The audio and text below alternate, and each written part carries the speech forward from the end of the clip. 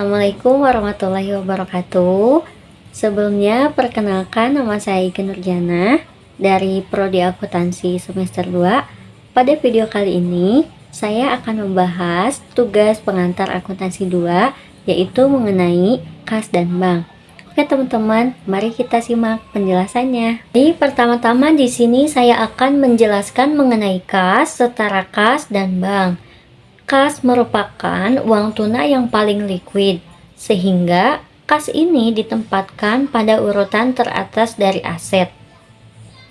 Aset yang termasuk dalam kas adalah seluruh alat pembayaran yang dapat digunakan, misalnya uang kertas, uang logam, dan saldo rekening di bank. Maksud yang paling liquid di sini, kas dapat cepat digunakan dan dapat dioperasionalkan secara cepat. Yang kedua yaitu setara kas. Setara kas merupakan investasi yang sangat liquid, berjangka pendek, yang dengan cepat dapat segera dioperasionalkan, menjadi kas dalam jumlah yang dapat ditentukan dan memiliki risiko perubahan yang tidak signifikan. Artinya, setara kas ini merupakan investasi yang bukan uang tunai, tetapi dapat dicairkan cepat pada waktunya atau sesuai dengan aturannya. Yang ketiga yaitu bank. Bank merupakan saldo rekening perusahaan yang dapat digunakan secara bebas untuk membiayai kegiatan usaha. Selanjutnya di sini ada pos-pos yang tidak boleh dimasukkan ke dalam kas dan setara kas. Yang pertama, kas yang penggunaannya dibatasi, yaitu kas kecil dan dana untuk dividen karena saldo akun dana tersebut tidak material. Yang kedua yaitu cek mundur. Cek mundur dari pihak ketiga merupakan cek yang tidak dapat dicairkan pada saat diterima, melainkan pada suatu waktu di masa mendatang. Yang ketiga yaitu kompensasi timbul akibat perusahaan menulis cek melebihi saldo yang tersedia di rekening perusahaan. Merupakan saldo minimum dari setiap rekening giro, deposito berjangka atau sertifikat deposito yang merupakan pendukung atau kesepakatan kredit. Yang keempat, cek kosong merupakan dari pihak ketiga yang tidak diterima tetapi dapat dicairkan karena sumber dana dari pihak yang mengeluarkan tidak mencukupi.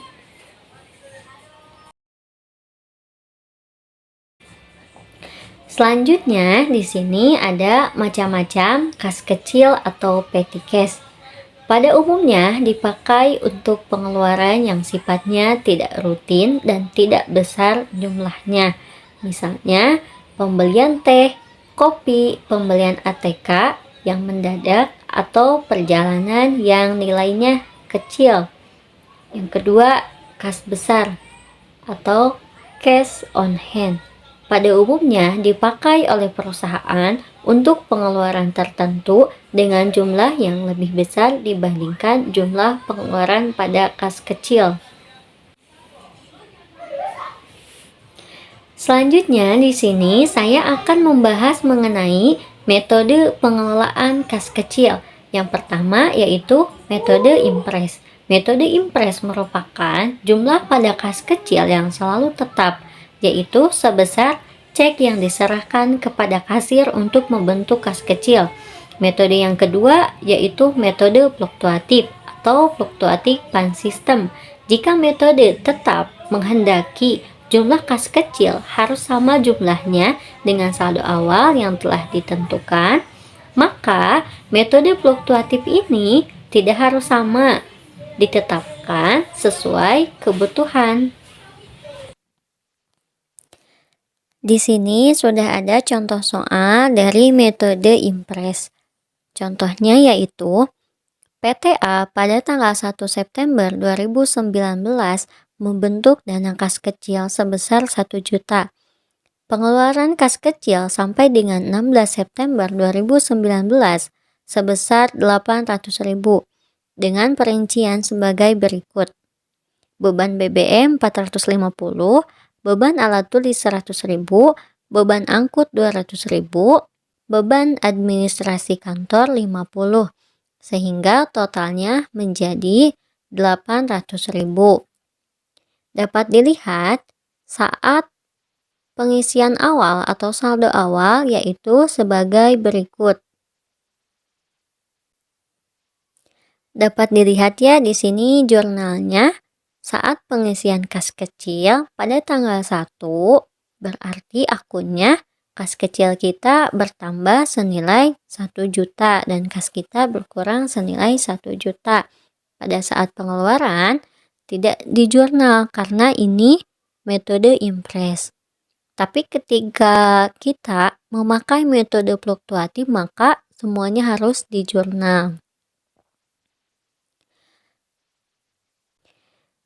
Pada saat pengisian kembali, misal tanggal 16 September 2019 dilakukan pengisian kembali, maka kita mencatat semua rincian pengeluaran yang sudah kita buat. Yang pertama ada beban BBM, beban alat tulis, beban angkut, dan beban administrasi senilai 800.000. Pada pembahasan selanjutnya yaitu mengenai rekonsiliasi bank. Sebelumnya, apa sih rekonsiliasi itu? Rekonsiliasi bank merupakan proses penyesuaian antara saldo bank pada pembukuan perusahaan dengan saldo rekening koran atau rekening giro, sehingga mempunyai saldo yang sama. Perbedaan tersebut dapat disebabkan oleh beberapa faktor, yaitu yang pertama time lags atau perbedaan waktu pencatatan antara pihak bank dengan pihak perusahaan. Yang kedua yaitu error atau kesalahan yang mungkin dilakukan oleh pihak bank atau pihak perusahaan. Perbedaan tersebut dapat terdiri atas beberapa faktor. Yang pertama, setoran dalam perjalanan, yaitu setoran akhir bulan yang dicatat perusahaan pada suatu bulan, tetapi diterima dan dicatat oleh bank pada bulan berikutnya. Misalkan perusahaan melakukan penyetoran pada tanggal 30, tetapi bank melakukan pencatatannya pada tanggal 1. Yang kedua yaitu cek beredar. Cek perusahaan yang dicatat pada saat pengeluaran, namun belum dicatat oleh bank sampai bulan berikutnya. Yang ketiga yaitu jasa giro atau pendapatan bunga. Penghasilan yang berasal dari bank yang belum dicatat oleh perusahaan sampai diterimanya rekening koran tersebut. Yang keempat yaitu beban bank atau beban-beban yang dikeluarkan bank namun belum dicatat oleh perusahaan sampai rekening koran diterima oleh perusahaan. Yang kelima yaitu kesalahan bank atau perusahaan, yaitu kesalahan pencatatan oleh pihak bank maupun pihak perusahaan. Baik, untuk selanjutnya kita langsung saja ke format tabel rekonsiliasi bank. Yang pertama ada nama perusahaan, rekonsiliasi bank, ada periode.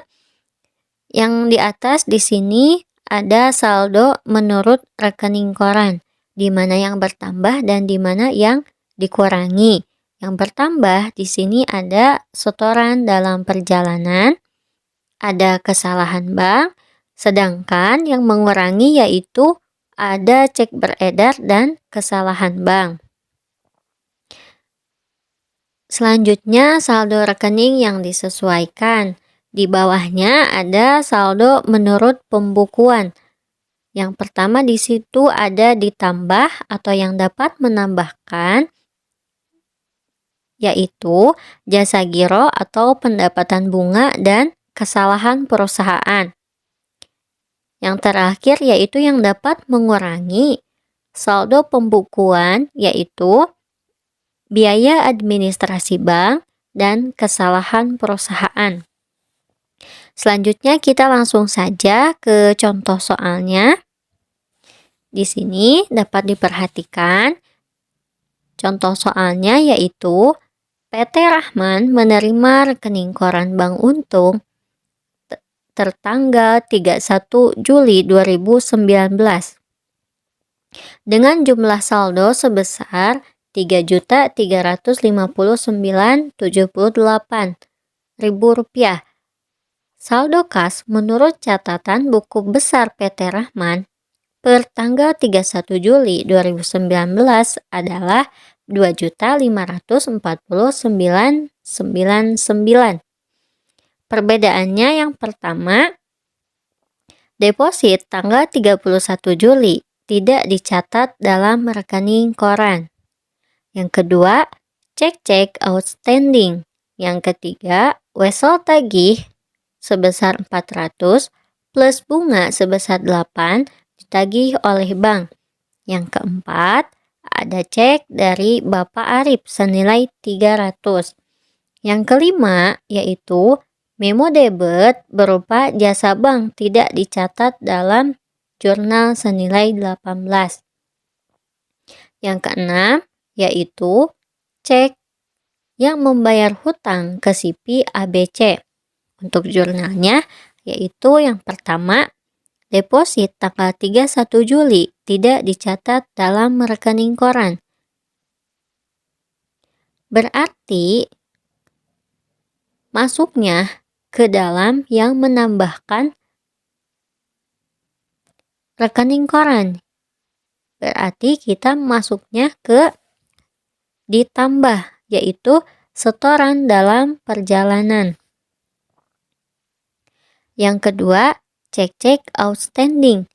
Cek outstanding merupakan cek yang beredar yang dapat mengurangi. Kita tulis saja cek beredarnya, nomor-nomornya kita sertakan dan nanti dijumlahkan. Selanjutnya yaitu nomor 3, wesel tagih sebesar 400 plus bunga senilai 8 ditagih oleh bank. Di sini ada wesel tagih. Wesel tagih berarti menambah pembukuan wesel tagih dan bunga bank senilai 408.000 dicatat ditambah. Selanjutnya nomor 4, cek dari Bapak Arif senilai 300 dikembalikan oleh bank. Berarti ini merupakan cek kosong sehingga dapat mengurangi pembukuan. Yang kelima yaitu memo debit berupa jasa bank tidak dicatat senilai 18. Berarti ini juga dapat mengurangi. Kita tulis saja yaitu jasa bank senilai 18. Yang keenam yaitu cek nomor 879 membayar hutang ke CP ABC sebesar Rp723.